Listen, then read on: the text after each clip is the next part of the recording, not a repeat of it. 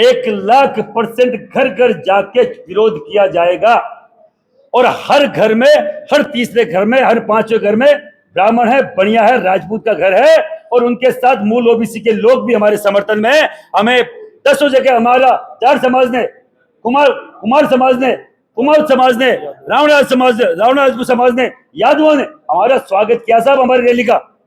और ये बोले कि ये 1,00,000% जिस तरीके से SC/ST से हमें अलग किया गया और 2 दर्जे का बाकायदा हमें नागरिक घोषित किया गया, उसी तरीके से मूल ओबीसी के लोगों को हमसे अलग करने की एक साजिश है। एक बच्चा जो कोरा कागज होता है स्कूल कॉलेज में, आपने शिक्षा के मंदिर में इस तरीके का जहर घोलने का काम किया, कतई स्वीकार नहीं किया जाएगा। जिस शिक्षा के मंदिर में 7 दिन के बाद क्या कुछ रहेगा, आपकी क्या रणनीति रहेगी जिससे कहेंगे आप? देखिए, ब्राह्मण समुदाय से विजय कौशिक जी बैठे हैं, हमारे राजपूत समाज की सबसे बड़ी संस्था राजपूत सभा से हमारे यहाँ विराजमान है पदाधिकारी धीरज सिंह जी। आप हमारे जयपुर के ग्रामीण के जिलाध्यक्ष हैं और अलग अलग संगठनों के लोग यहाँ विराजमान हैं, नरेंद्र महलू जी, भीम सिंह जी, दिलीप सिंह जी, शेर सिंह जी, कालवी, नारायण सिंह जी दिवाड़ा। आज हम लोग शाम को ये तय करके 7 दिन में जयपुर बंद करना है या सीएम हाउस घेरना है, हम लोग तय करेंगे। ये अविलंब जितना कर दे, जितना ये लेट करेंगे ये इनके लिए दुखदाई होगा, हमारे लिए नहीं होगा। हम जो 24 दिन से चल के आ सकते हैं तो 24 दिन और या पैदल यात्रा चाहे गांव-गांव, घर-घर, गली-गली करना पड़े, हम बकायदा इनको जवाब देंगे। और बकायदा सीएम हाउस घेरना तो सीएम हाउस, राजस्थान बंद करना राजस्थान बंद, या जयपुर बंद करना, इसकी बकायदा हम लोग अनाउंसमेंट करेंगे, इसका निर्णय लिया जाएगा। मकराना जी, क्या लगता है कि जो पहले कमल का फूल हमारी भूल था, वो नारा दोबारा सुनने के लिए मिलेगा?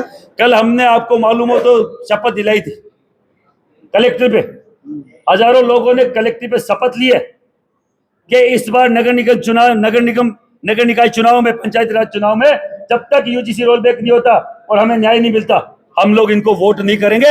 हमारे ग्रामीण परिवेश से आए हुए लोग थे ज्यादातर और गांव के रहने वाले लोग हैं, वो दिखाएंगे बकायदा हमारी ताकत क्या है।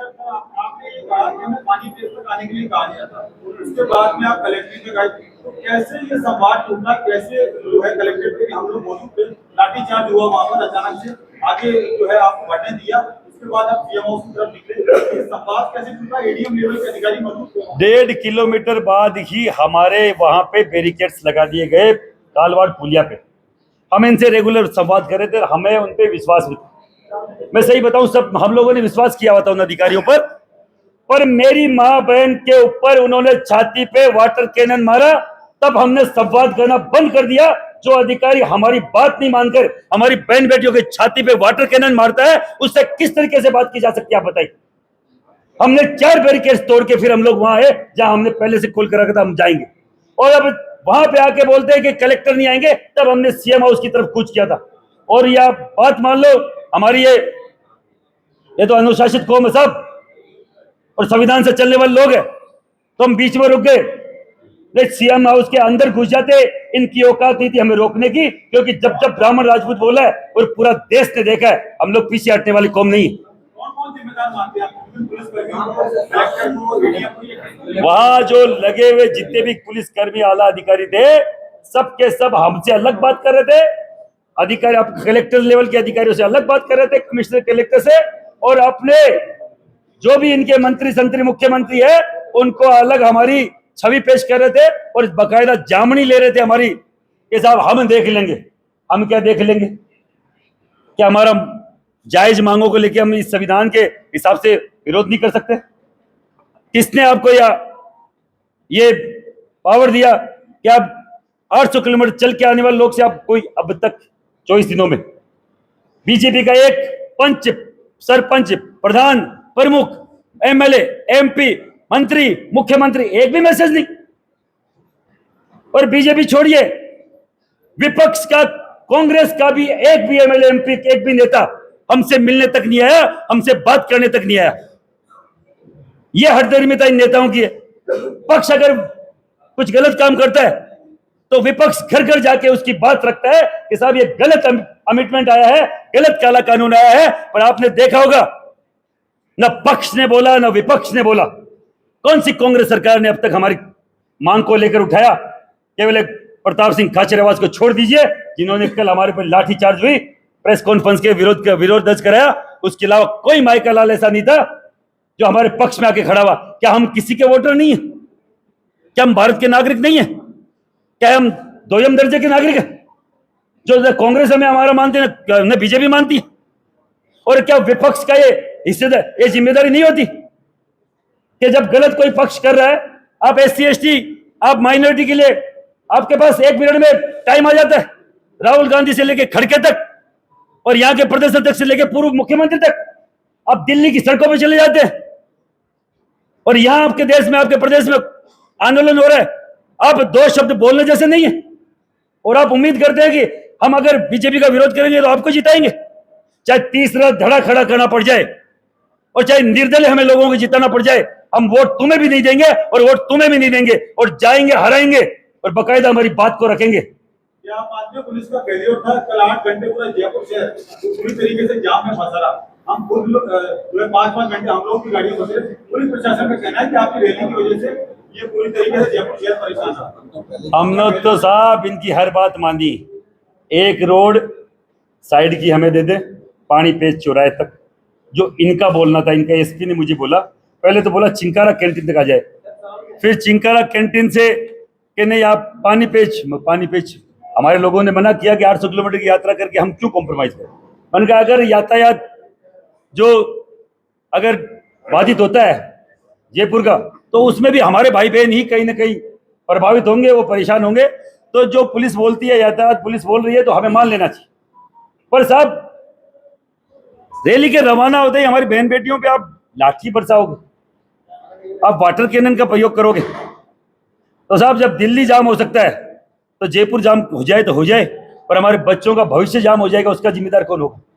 वो काला कानून हम पे थोप दिया जाएगा, जिनकी कमेटियां कॉलेज में बन चुकी है, उसका जिम्मेदार कौन होगा? कोई नेता बोल के हमारे नेता मीठी गोली हमारे समाज को दे रहे हैं कि सुप्रीम कोर्ट का स्टे है।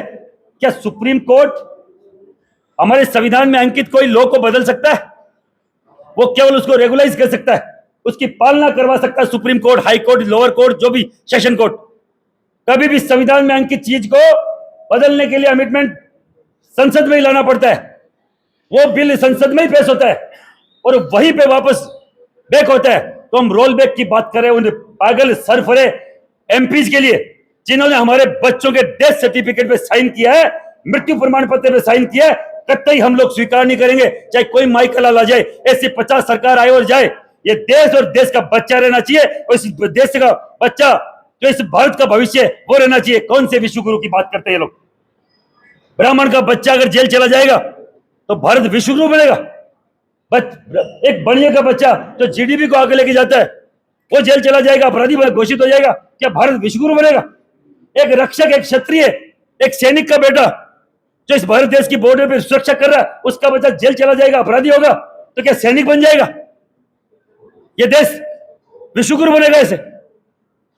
विपाल जी, आपने तीसरी पार्टी की बात की है, क्या आप लोग कोई सबकी पार्टी बनाएंगे? और दूसरा सवाल देवेंद्र सिंह पालड़ा जो आप कह रहे हैं, देवराज चूंकि नाम देवेंद्र सिंह की जगह देवराज सिंह पलाड़ा, इस जगह पे उनकी डेथ कैसे देखती है? या पुलिस की लाठी से हुई या वाटर कैनन से हुई? वाटर कैनन के प्रहार से उसके छाती में दर्द हुआ।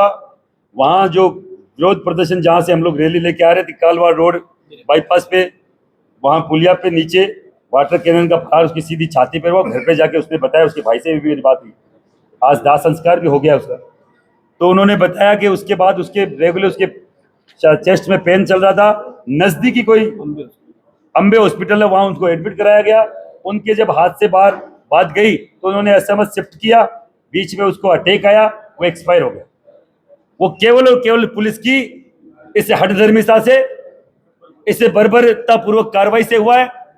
सरकार जल्द से जल्द उनको निलंबित करे, उसे अधिकारियों को जिन्होंने वाटर कैनन चलाने का हमारी महिलाओं पे, और उसे एक बच्चे की आपने बलि ले ली, जो हमारे मूल OBC का बच्चा था, हमें समर्थन करने आया था, उसका जितना धन्यवाद करे कम है। हम उसको वापस नहीं ला सकते, पर हमारे संस्थाओं की तरफ से भी उसको हम लोग आर्थिक मदद देंगे। पर 1 करोड़ का मुआवजा सरकारी नौकरी सरकार जल्द से जल्द उसको दे, नहीं तो हम लोग बाकायदा इस जयपुर को घेरेंगे, सीएम हाउस घेरेंगे, राजस्थान बंद का भी हम लोग प्लान कर रहे हैं। 7 दिन के अंदर ये करे, अविलंब हमसे बात करे और यूजीसी के मुद्दे को हम लोग यूपी यही स्वर्ण न्याय यात्रा करने को तैयार है, हमारा रूट मैप बन के तैयार है। एमपी में हम लोग रूट मैप बना के तैयार बैठे हुए, गुजरात में हम लोग रूट मैप बना के तैयार बैठे हुए, हरियाणा में बैठे हुए, हिमाचल में बैठे हुए, बिहार में बैठे हुए, और आपके चैनलों के माध्यम से बोल रहा हूं, एक दिन एक तय समय पर यह स्वर्ण न्याय यात्रा एक दिन सीधी उसी दिन दिल्ली कूच करेगी 5-6 राज्यों से, और बाकायदा पूरी दिल्ली को घेरेंगे जब तक ये रोल बैक नहीं होता।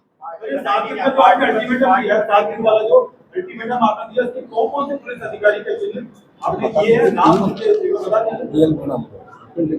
ये